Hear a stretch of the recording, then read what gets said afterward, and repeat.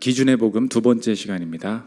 부분적인 하나님을 거부한다라는 제목으로 하나님 말씀 증거하겠습니다. 십계명 보고 있는데 지난주에 너는 나 외에는 다른 신을 내게 있게 하지 말라 말씀하셨죠. 그래서 지난주 제 1계명은 다른 신 섬기는 거 하지 말라 이거 배웠습니다.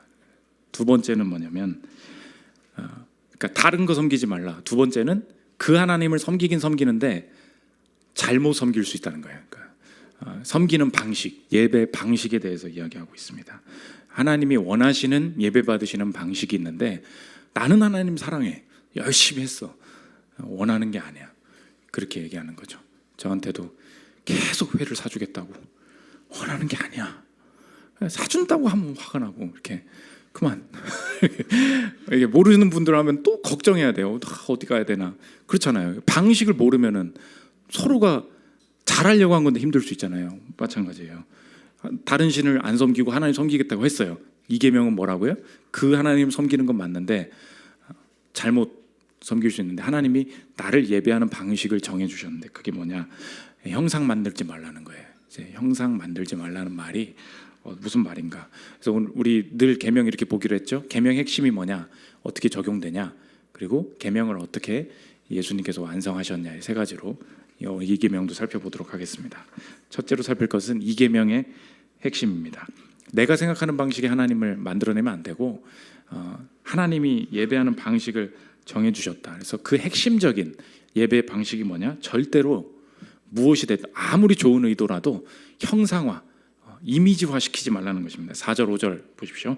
너를 위하여 새긴 우상을 만들지 말고 또 위로 하늘에 있는 것이나 아래로 땅에 있는 것이나 땅 아래 물속에 있는 것에 어떤 형상도 만들지 말며 그것들에게 절하지 말며 그것들을 섬기지 말라. 왜 형상화하면 안 됩니까? 계속 띄워주십시오. 사람은 형상화하는 순간 그것에 갇히게 되고 그게 하나님이라고 생각하게 되고 내가 하나님을 이렇게 모시고 들고 다닐 수 있는 부적화, 우상화 되기가 십상이라는 것입니다. 그래서 뭐가 이제 형상이 하나 생기잖아요. 그러면 내가 이걸 들고 다닐 수 있거나 기능이 발휘되는 걸 내가 통제할 수 있거나, 그러니까 부적이 있는 거랑 없는 거랑 이런 것처럼 내가 이 기능을 통제할 수 있거나 내 인식 속에서 내 마음대로 이렇게 일할 수 있도록 내가 통제할 수 있는 분이다. 절대 하나님 그렇게 갇히시는 분이 아니라는 거예요. 심지어 내 몸에 내가 주님 잘 섬기려고 내 몸에 십자가를 새겨 그냥 크게 그냥 목사가 우통을 깠더니 그냥 십자가가 그냥 야 얼마나 주님을 사랑하면 십자가를 저렇게 새겼을까? 조폭은 달마를 그린다잖아요. 목사는 그런 거에 대해 그 정도 해야지 해줘야 되는 거 아닙니까? 이렇게 생각할 수 있죠. 왜 안 하죠? 왜 더 훌륭한 목사님들 왜 그거 안 합니까? 왜 안 해요? 하나님이 예배받는 방식이 아니라는 거예요. 인간적으로는 되게 좋을 수 있는데 The Lord is my shepherd 얘를 여호와는 나의 목자시니 맨날 이렇게 사람들이 하고 다니잖아요. 그거 하지 말라고 하시는 거예요. 그래서 십자가의 형태가 십자가를 메고 있으면 귀신을 쫓아낸다든지, 그리고 자동차 그 미러 앞에다가 물고기 달랑달랑하고 십자가 달랑달랑 하면은 사고가 안 난다든지, 성경책을 베고 자면 가위 눌리는 게 없어진다든지. 왜 웃죠? 요즘 배구 자시나요? 성경 구절이 걸어있는 액자를 너를 형통케 하리라를 거르는 순간, 사업장에 걷는 순간 이 액땜 다 저주가 사라지고 매출이 올라간다든지. 맞아요? 틀려요? 누가 그렇게 됐다던데? 그거 믿으면 안 된다는 거예요. 왜냐? 결국은 이 모든 게 핵심은 내가 필요한 그것을 위해서 크신 하나님을 부분화시키는 거죠. 그래서 형상화의 핵심에는 부분화가 있어요. 그러니까 형상을 왜 만들어요? 내가 원하는 그 기능을 해주기를 바라는 거거든. 하나님 훨씬 더 크신 분이거든요. 그래서 이 계명의 핵심을 정리하면 제목과 같습니다. 형상화하지 말라는 말인데 그게 어떤 핵심이 있냐? 제목이에요. 부분적인 하나님을 거부한다는 거죠. 부분적인 게 뭐예요? 내 돈을 위한 하나님, 내 건강을 위한 하나님, 내 불면증, 내 이 가위 눌림을 치료해 주시는 하나님. 이거 언제나 형상화는 부분화로 갈 수밖에 없다는 것입니다. 물리적인 부분화가 있죠. 구체적으로 보면 하나님은 영이시거든요. 무소부재, 없는 곳이 없으시다 그런 뜻이에요. 근데 형상을 만드는 순간 이제 문제가 됩니다. 제 수련회 때 교회에 보면, 그래서 개혁교회 보면 십자가도 없죠. 왜 그러죠? 그게 성경적이어서 없는 거예요. 교회에는 십자가가 있다고 다 이단인 건 아닙니다. 그럴 수 있죠. 근데 십자가 같은 거 왜 안 만들어 놓죠? 형상화 되기가 쉽기 때문에. 수련회 때 제가 한번 한 것 같은데, 어렸을 때 수련회 가는데 그 본당에 큰 십자가가 앞에 하나 있는 거예요. 근데 막 사람들이 이제 막 뜨겁게 청소년들이 기도하고 그래. 주님 앞에 회개하고 용서받고 싶은 사람 앞으로 나와서 십자가를 붙들고 기도하시기 바랍니다. 그런 거야. 애들이 막 우르르 나온 거예요. 문제는 뭐냐? 다들 막 무릎 꿇고 기도해내. 내가 좀 뒤에 있었거든요. 앞에 사람이 너무 많은 거야. 다들 막 십자가 이거 붙잡으려고 막, 이게 안 닿아가지고 이걸 붙잡아야 낫지. 이걸 붙잡아야 이게 뭐가 지금 죄사함이 올 것 같은 거예요. 그래서 붙잡고 있는 애들 난리 났어. 막 울고불고 난리 났어. 내 뒤에 있었거든. 손이 안 닿아. 어떡합니까? 큰일 났다. 이거 어떻게 비집고 들어가야 되나. 이게 지금 장난으로 얘기하지만 물리적인 부분화죠. 그거 못 찍으면 어떻게 할 거야? 이거 아니라는 거예요. 이게 바로 형상화라는 거예요. 언제 하나님이 그거 찍어야 복 주신다고 했냐? 물리적인 부분화뿐만 아니라 주제적인 부분화도 있죠. 이스라엘 백성이 이거 어겼죠. 이게 하나님이다라고 해가지고 이스라엘 백성이 만든 게 뭐였어요? 금송아지. 금송아지를 딱 보면 인생의 주제의 부분화가 되죠. 주제가 뭐예요? 딱 보면 알지. 금송아지 뭐야? 풍요 아니에요? 하나님이 그렇게 해주실 거다, 이거잖아요. 그러니까 하나님을 내 주제에 가두는 거예요. 나도 원하는 맨날 그 십자가 가지고 잠언 그 구절 하나 해가지고 고3들은 다 그거 가지고 다녀. 여호와를 경외하는 것이 그 지혜의 근본이고 어쩌고 저쩌고. 내가 원하는 그거만 가지고 다니는 거죠. 인격적인 부분화도 있습니다. 형상을 만들잖아요. 하나님의 인격을 하나만 알아. 저도 별로 안 좋아하고 성경적이지도 않다고 생각하는 게 뭐냐면, 요즘 그래픽으로 만든 하나님 많이 나오죠. 이렇게 띠 하나 두르고, 알죠? 그분들 무시하는 게 아니에요. 햇살콩 이런 거 있잖아요. 이렇게 하면 이렇게 언제나 너와 함께 한단다.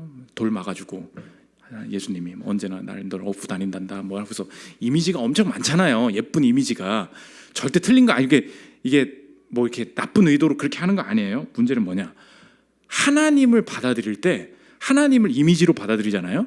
하나님은 언제나 그런 이미지로 내가 처음에 이렇게 배워. 그러니까 어린이들, 청년들은 신앙에 대해서 잘 모르니까 하나님을 쉽게 배워야 된대. 그래서 이미지로 에세이도 주고 이런 걸 봐. 하나님이 이런 분이구나. 토닥. 하나님은 누구예요? 토닥토닥. 늘 토닥토닥. 늘 토닥토닥. 문제가 뭡니까? 하나님은 그 인격이 아니시죠. 하나님은 용사이시기도 하고요, 싸우시기도 하고요, 지략가이시기도 하고요, 훈계하시기도 하고요, 다스리시기도 하고요, 통치하시기도 하고요. 하나님의 인격 뭐라고 말할 거예요? 몰라. 하나님은 사랑이시죠. 근데 하나님의 인격은 무한하시지 않습니까? 근데 내가 배운 하나님은 뭐예요? 엄청 좋죠. 심지어 이단도 아니야. 근데 그 이미지 보면 어떻게 돼요?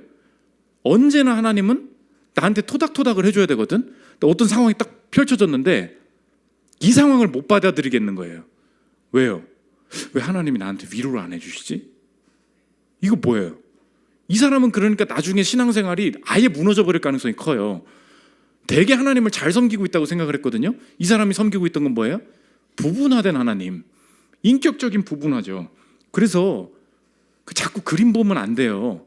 요즘 현실의 그림은 그렇게 그래픽화된 그런 걸 가지고 다녀요. 옛날에는 교회 가면 뭐 있었습니까? 맨날 이렇게 양 쓰다듬는 예수님이 지팡이 하나 들고 나는 저 사람은 따라가기가 싫더라고. 어려서부터 멋이 없어. 그렇지 않아요? 그러니까 우리가 생각하는 하나님의 이미지 상이 있단 말이야.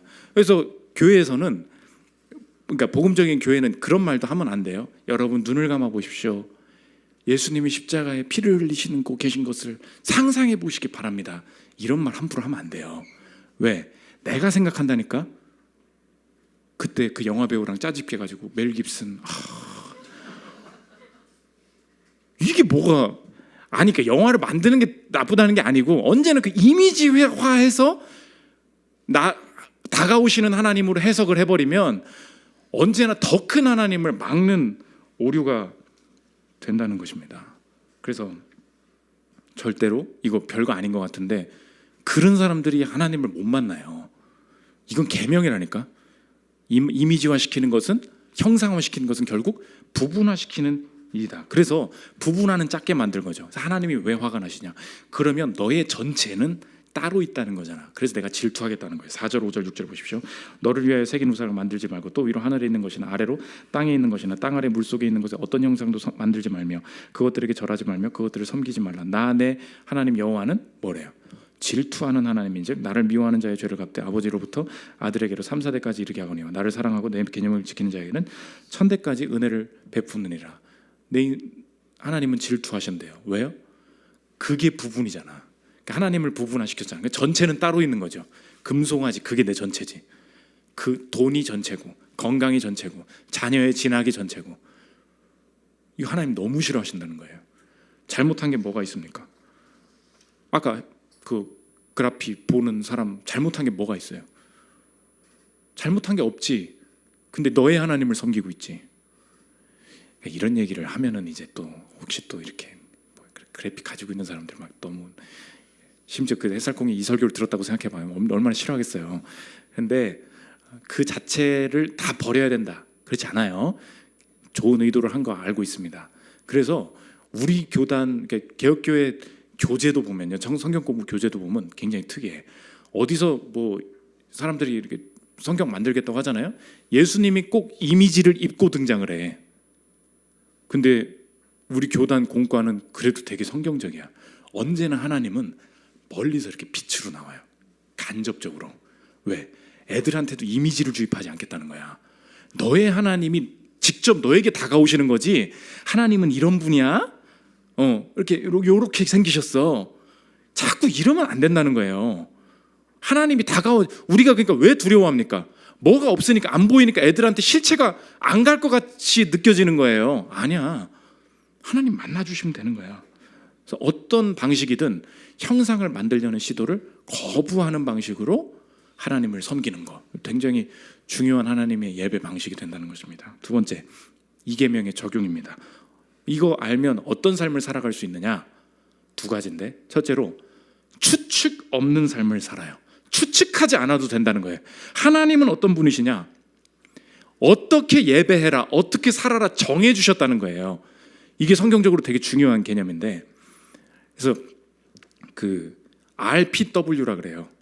내가 가져왔나? 다음 거 띄워줘. The Regulative Principle of Worship, RPW, 예배에 대한 규정적 원리, 이렇게 얘기해요. 이걸 외울 필요 없어. 이게 무슨 말이냐면 성경이 말하는 방식대로 예배한다 이거예요. 그러면 말하지 않는 것은요, 이게 문제예요. 이게 교단별로 다른 거예요. 말하지 않는 것은 마음대로 해. 이게 성공회나 뭐 이렇게 다른 교단들이에요. 근데 개혁교회들은 뭐라 그러냐? 성경이 말하고 허용하는 방식을 가지고 예배합니다. 요건 말이 없는데 어떡하죠? 그건 말하지 않는 것은 금한다. 이게 원리예요. 말하지 않은 것은 금한다. 말한 것만 한다. 그럼 문제는 뭐예요? 이게 복이라는 거예요. 왜요? 정해진 것만 하면 승리한다고. 추측은 오늘은 하나님 좀 화나신 것 같은데? 여러분 이방 종교 가면 그런 거 있죠. 갔더니 어느 절에 가면 그분이 평안해 보여. 어느 불상을 갔더니 화나 보여. 어떡합니까? 느낌이 좀 그렇잖아요. 그때 어떻게 뭔가 좀 달래야 될 것 같잖아요. 내가 너무 이상한 거야. 이게 늘 확신이 없는 거야. 이 사람, 저 존재가 나한테 잘해줄까 안 해줄까? 그렇지 않아요. 하라는 것만. 그럼 뭐가 없어져요? 추측이 없어져요. 그래서 웨스트민스터 신학공백서 21장 1항에 예배의 원리입니다. 들어보십시오. 그러나 참되신 하나님을 예배하는 합당한 방법은 그 자신이 친히 정해주셨으므로 그 자신의 계시된 뜻 안에서 한정되어 있다. 그러므로 사람들의 상상이나 고안 또는 사탄의 지시에 따라 어떤 가견적인 형상을 사용하거나 성경에 규정되어 있지 않는 다른 방법을 따라서는 하나님을 예배할 수가 없다. 예배 불가능이라는 거예요. 성경에서 규정하는 게 무엇입니까? 우리가 지금 그냥 자연스럽게 하죠. 성경에서 나오는 게 정해져 있어요. 신앙 고백, 성경 봉독, 우리 예배 때 하는 게 뭐예요? 기도, 찬양, 성찬, 세례, 헌금, 축도, 시편 찬송하는 거, 성도 교제하는 거. 이거 성경에 나와서 하는 거예요. 옆 사람에게 인사하겠습니다. 뭐 이렇게 이거 하는 거 있죠. 그거 왜 해요? 심심해서 긴장 풀려. 그거예요? 그렇지 않아요. 성도의 교제가 예배 가운데 있기 때문에 그런 거예요. 그래서 성도한테 인사한다고. 그래서 이게 얼마나 복이냐. 이 계명을 제대로 알잖아요. 내 일상에서 하란 대로만 하면 승리한다는 거예요. 고난이 왔어요. 뭐예요? 술 마시러 가야지. 이게 기본이 안 된 거라는 거예요. 왜요? 정해진 걸 안 해. 그러면서 딴 걸 찾아. 왜 예배가 중요한지 아십니까? 하나님이 예배하는 자를 찾으신다고 했거든요. 성경에 정해져 있다고, 정해줬다고. 그러면 죽이 되든 밥이 되든 예배하러 나와야 될 거 아니에요. 그러면서 자꾸 그걸 안 하고 상담을 하재. 저리 가라. 난 절대 상담 안 해줘요. 왜? 성경이 규정한 게 아니거든요. 고난이 왔냐? 기도할 것이요. 주님 기쁨 찬송할 것이요. 병든 자가 있느냐? 같이 장로들 청해서 기도하라고. 다 정해져 있잖아요. 근데 사실상 삶을 보면 그거를 인정을 안 하고 있어요. 여러분 오늘 저녁 예배 나왔으니까 신앙생활 오래 했잖아요. 근데 한번 다시 생각해 보십시오.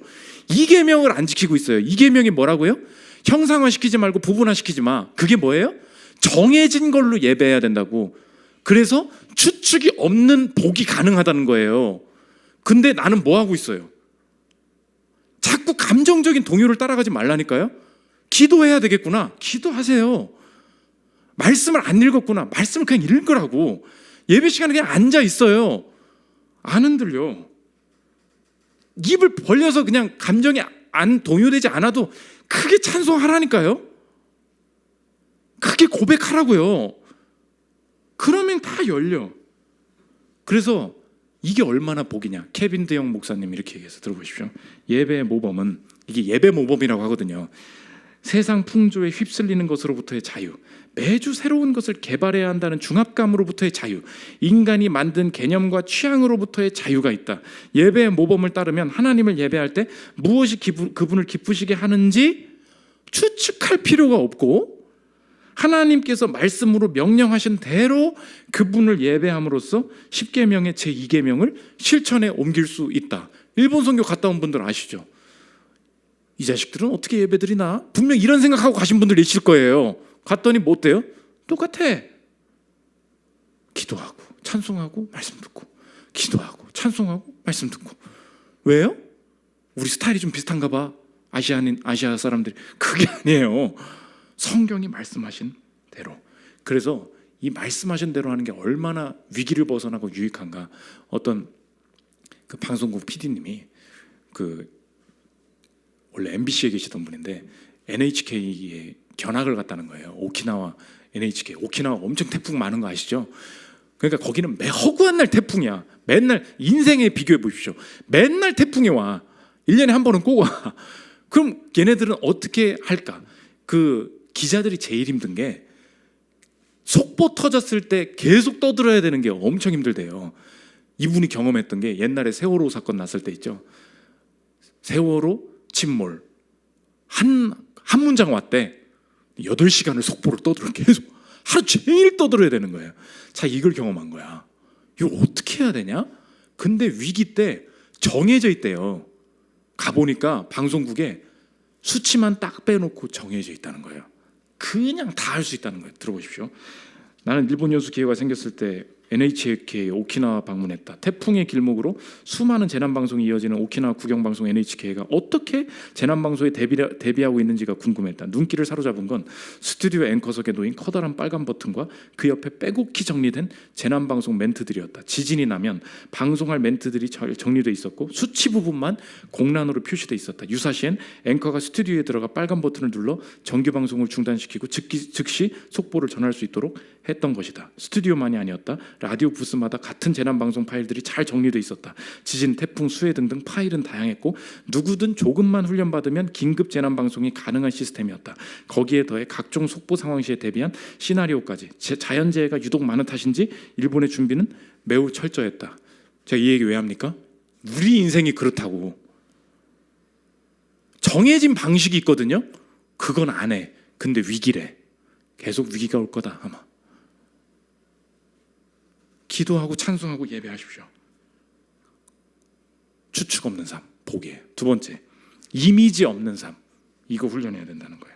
하나님은 어떻게 경험하냐? 하나님이 직접 우리에게 다가오시고 우리에게 응답하시면서 생생하게 경험되는 거지 이미지로 다가오는 게 절대 아니라는 거예요. 그러므로 시각적인 이미지가 없는 것을 훈련하는 것, 이 자체가 경건 생활이라는 것입니다. 우리가 지금 위기가 오죠. 뭐 이렇게 삶의 위기가 오고, 그럼 여러분 순간적으로 생각하는 게 뭐예요? 켈리 찾아, 뭐 이렇게 뭐 이미지 찾는다고. 그거 그만하고 이미지가 없는 것을 훈련하는 거. 그래서 초등학교 애들도 우리 공예배 같이 드리잖아요. 왜 그런지 아세요? 들리면서 메시지를 받아들이는 훈련을 시키려고 하는 거예요. 다 알아듣겠습니까? 우리 초등학교 애들한테 물어봤거든요. 재밌대. 끝이야. 핵심은 잘 모르고 아무튼 다른 사람보다는 재밌어. 그렇게 얘기해요. 아무튼 재밌고 잘 들어요. 근데 그게 뭐냐? 1시간 그냥 축 치고 앉아 있는 거예요. 들으면서 하나님이 생생하게 일하실 수 있다. 이거를 배워야 되거든요. 근데 요즘 뭐예요? 쇼츠 만들어야 되죠. 설교도 쇼츠 만든대. 미리 말하지만 난 귀찮아서 안 만들 거예요. 보여지게 막 뭐를 막 이렇게 해달래. 아니에요. 의도적으로 눈 감는 게 경건 생활입니다. 그래서 오늘 생생하게 하나님을 경험하고 싶죠. 정통적인 성경의 방식은 뭐냐면 보여주십시오가 아니고 네 눈을 감아라예요. 네 눈을 감아라. 눈 감고도 보여달라는 사람 있죠. 제발 좀 보여주십시오. 눈을 감았잖아요. 생생한 하나님을 경험하게 해주십시오. 그래서 라디오와 비디오의 차이예요. 요즘은 라디오가 너무 작게 들려요. 근데 진실을 말하거든. 근데 안 들려. 왜? 시각 자체가 없기 때문에. 근데 시각이 없는 것을 훈련하고 있는가? 자꾸 유튜브 키지 말아요. 유튜브도 제 얼굴 그만 보고 설교를 듣더라도 틀어만 놔. 자꾸 제가 부끄러우니까 얼굴 보지 말고 들으라고. 이미지 없는 삶 훈련하는 게 성경적으로 하나님 섬기고 오히려 하나님을 온전하게 경험할 수, 더 넓게 경험할 수 있는 방식이 된다는 것입니다. 마지막 세 번째, 이계명의 완성입니다. 형상 절대 만들지 마. 유일한 형상은 내가 보여줄게. 그걸로 모든 삶의 영역을 부분화시키지 않고 커버할 수 있어. 하나님이 유일하게 형상 보여주신 게 있죠. 그게 누구입니까? 예수님이죠. 고린도후서 4장 3절 4절 읽고 마치겠습니다. 만일 우리의 복음이 가리었으면 망하는 자들에게 가려진 것이라. 그 중에 이 세상 신이 믿지 아니하는 자들의 마음을 혼미하게 하여 그리스도의 영광의 복음의 광채가 비치지 못하게 함이니 그리스도는 뭐래요? 하나님의 형상이니라. 유일하게 하나님께서 허용하신 형상. 그럼 뭐예요? 예수 그리스도. 그분을 우리에게 주셨다는 거예요. 이게 우리에게 왜 복입니까? 그분이 이 땅에 오셔서 우리 죄 대신하여 우리 인생 대신하여 다 이루었다 말씀하셨죠. 그러니까 우리는 억지로 형상 만들고 싶은데 참겠습니다. 이게 아니에요. 이미 하나님께서 주신 형상으로 충분합니다. 그 고백이에요. 그분이 어떤 분이신데요? 그리스도 예수님께서 하나님의 형상이십니다. 내가 그분 보면 다 되고 그분 보면 다 이루어질 것을 확신할 수 있습니다. 이 얘기죠. 그러면 주님, 오늘의 삶도 내가 형상 만들지 않고도 예수님만 바라볼 때 다 확신하기를 원합니다. 자꾸 인생이 불안하니까 위로가 필요할 때 이 이미지도 봐야 되고 막 이거 들고 다녀야 되고 막 요즘 차 막 위험하다던데 급발진할까 봐 막 갔다가 십자가 막 꽁꽁 묶어서 걸고 막 물고기 갔다가 막 물고기 막 양식장도 아니고 막 키워놓고 막 그만해도 되겠다. 그렇죠? 아무것도 없는데 예수 그리스도가 나의 형상이시니 다 이루었다 말씀하신 그분이 내 삶에 구석구석 채워주시기를 원한다. 그거 이미 믿는다. 더불어 그래도 문제가 생기지 않냐? 그때 마음이 조급해질 때 생각해 보니 내가 정해진 방식대로는 아무것도 안 하고 있었구나. 위기가 왔을 때 추측할 필요 없이 기도하라 하시나 보다. 열심히 찬송하라 하시나 보다. 열심히 순종하라 하시나 보다. 주님 주신 것만 해도 이걸 성경의 충족성이라 그래요. 우리의 구원에 부족하게 주신 게 없다. 딴 거 안 해도 된다. 충족성 붙들고 정해진 방식대로 주님 예배하는데 아무것도 부족하지 않게 되는 삶을 단순하게 누리기를 원한다. 우리 교회 청년들 자꾸 내가 알아요. 서울살이 하면서 여기저기서 설교 많이 듣고 세미나 어디서 보고 어떤 교회는 뭐 한다. 다 필요 없어. 다 필요 없다고. 아시겠죠? 단순함 붙들고 승리하는 여러분들 되시기를 기도합니다. 우리 찬양하고 기도하겠습니다.